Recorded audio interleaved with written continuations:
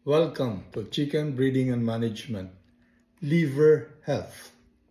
Shoutout sa Mrs. kong si Ira na gumawa ng eksperimento sa manok tungkol sa epekto ng aflatoxin dito. Pati ako, ang daming natutunan. Shoutout din sa inyo, Sir Hiroo Onoda at Sir Brigido Gumban Berongan.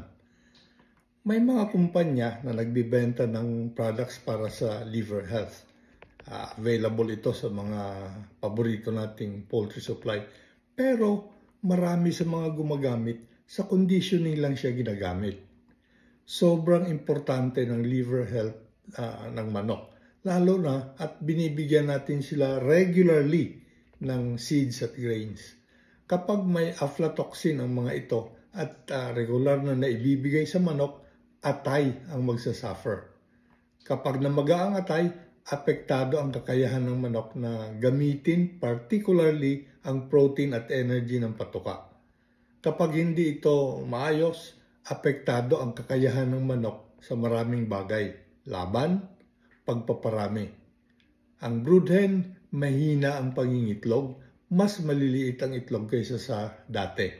Malamang, apektado rin ang fertility at hatchability ng mga ito. Kung hindi kasi nung mataas ang level ng aflatoxin na nakukuha ng manok, buhay naman siya. Pero pagdududahan mong may sakit dahil sa hina ng performance niya. Kahit anong gamutan, hindi gumagaling ang manok dahil hindi naman natutumbok kung ano talaga ang diferensya niya. Isa pa, na ililipat sa itlog ang aflatoxin at ito ay carcinogenic, nakaka-cancer. Kung tuloy-tuloy tayong kumakain ng kontaminadong itlog, baka mag-suffer din ang kalusugan natin.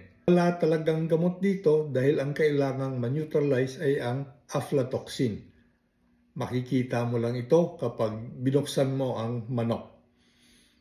Kahit kasi mild aflatoxicosis lang, apektado ang performance nito. Para maiwasan ito, manigurado tayo. Magbigay tayo regularly ng suplementong pangontra sa aflatoxicosis dahil kailangang ma-maintain ang liver health ng manok. Tandaan natin, mahabang panahon nating inaalagaan ang mga manok. Sa buong panahon ito, dapat napapanatili nating malusog ang atay nila dahil mapanira ang aflatoxicosis sa manok.